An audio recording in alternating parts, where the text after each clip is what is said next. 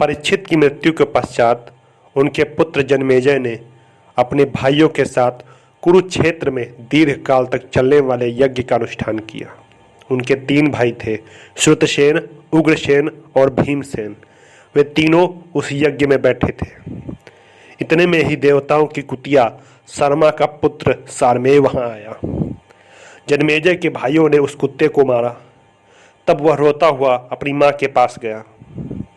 बार बार रोते हुए अपने उस पुत्र से माता ने पूछा, बेटा क्यों रोता है? किसने तुझे मारा है? माता के इस प्रकार पूछने पर उसने उत्तर दिया, माँ, मुझे जन्मेजय के भाइयों ने मारा है। तब माता उससे बोली, बेटा, अवश्य ही तूने उनका कोई प्रकट रूप में अपराध किया होगा जिसके कारण उन्होंने तुझे मारा है। तब उसने माता से पुनः इस प्रकार कहा, माता, मैंने कोई अपराध नहीं किया है, न तो उनके हनिष्य अर्थात यज्ञ की ओर देखा है और न ही उसे चाटा ही है। यह सुनकर पुत्र के दुख से दुखी हुई उसकी माता शर्मा उस सत्र में आई जहां जन्मेजय अपने भाइयों के साथ दीर्घकालीन सत्र का अनुष्ठान कर रहे थे। वह क्रोध से भरी हुई थी।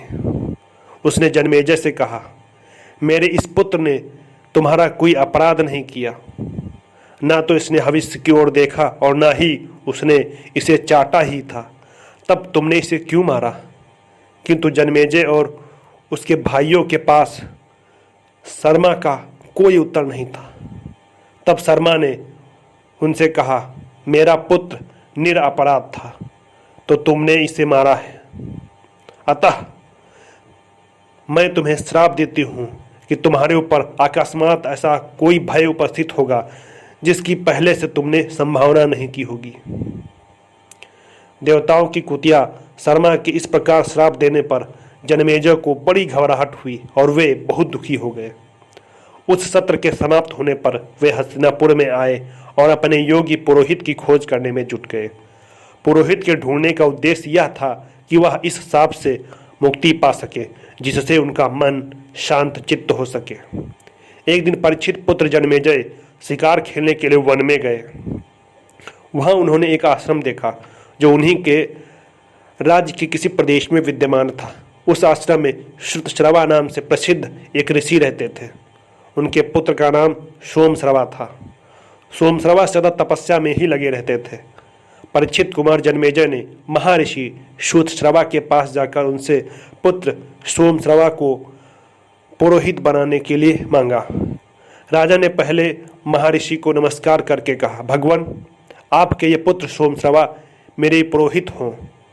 उनके ऐसा कहने पर श्रुतश्रवा ने जन्मेजय को इस प्रकार उत्तर दिया, महाराज जन्मेजय, मेरा यह पुत्र सोमश्रवा सर्पणी के गर्भ से पैदा हुआ है।